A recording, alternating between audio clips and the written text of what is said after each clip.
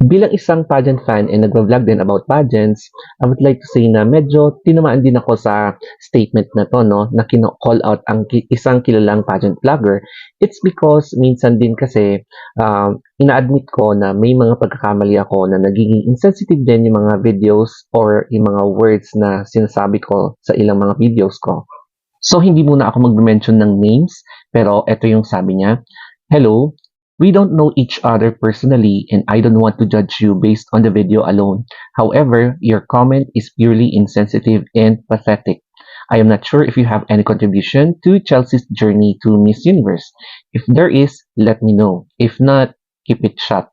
With a little respect from someone who worked very hard with Chelsea's team." So, kilala niyo naman na kung sino itong team na 'to na kinall out ang isang pageant vlogger. I believe etong statement na 'to ay lumutang after nung may sinabi ang isang pageant vlogger na 'to tungkol sa pambato ng Pilipinas wherein, mukhang hindi niya ata bet. Tapos ang bet niya is, from a Latin American country. So correct me if I'm wrong dito sa aking observation at ang tinalak ko baka may magko-comment dito.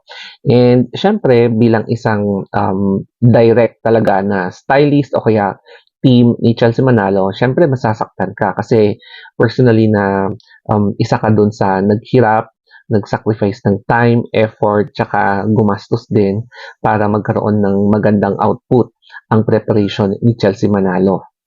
Pero let's face it, we cannot really please everybody. Kahit na gaano ka-perfect, kahit na gaano ka-extensive yung sacrifices natin, yung laki ng ginastos natin, yung dedication natin, meron talagang ibang tao na hindi talaga makaka-appreciate ng efforts natin. So, no wonder meron talaga mga insensitive remarks, mga below the belt na comments na sagad talaga sa buto, in which kapag hindi ka talaga matatag, especially sa mental health mo, tatamaan ka talaga.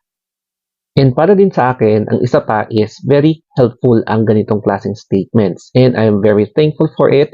It's because it is giving me a reminder to reflect on my previous vlogs, to siguro tignan kung ano yung mga videos na parang kailangang i-edit.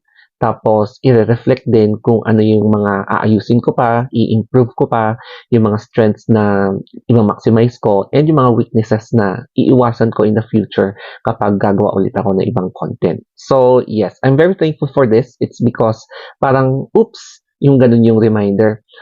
Tignan mo ha, baka yung mga next na vlogs mo, baka ganyan ulit para hindi ka rin ma-call out ng ibang mga involved parties. Alam nyo ba, nakaka-receive ako ng sangkatutak na mga criticisms, positive man or negative. Yung positive is kino-correct naman nila and I'm very thankful yung mga videos ko such as medyo mahina yung boses o kaya mabagal ako magsalita, in which I admit naman kung minsan nakakalimutan kong i-edit or na-overlook ko during my editing.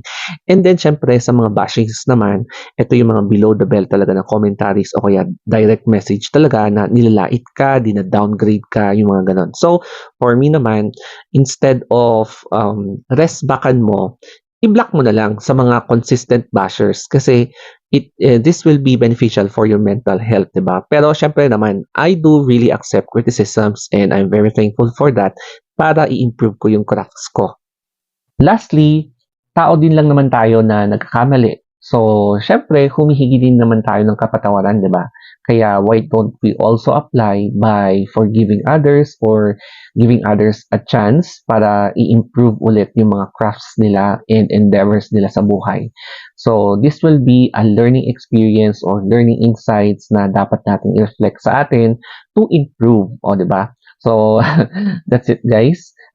Yun po ang aking take regarding sa ganitong klaseng reminder in which dapat we should be always responsible. So yes, hindi na ako perfect but I'm always trying to do my best para mag-deliver ng magandang mga comments sa mga contents ko. Okay, so thank you and have a nice day.